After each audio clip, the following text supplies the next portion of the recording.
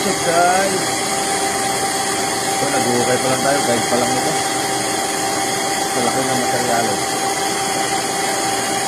Hindi rin pwedeng taasan yung RPM kasi yung nagbabibrate dahil sobrang laki. Tapos sa konti lang yung kapit ng shock.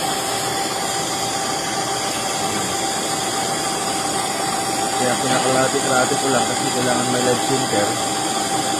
Pag walang live center, lalong nagbabibrate. Ngayon, pag may live center, makakapagpakain ko ng I think 1.5 mm.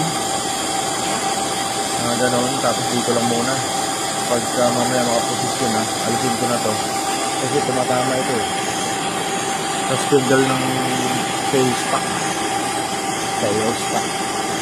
Yan. Unti-unti lang siguro, mga bago mapalitan siguro si presidente natin, matatakot din. Dito 11.800 kasi ang sukat yun yung outside diameter ng guide na papasukan nito. Naka-protro dito baga may umbok.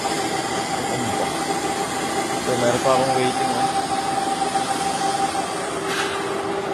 yan. Thank you for watching guys. Bye bye.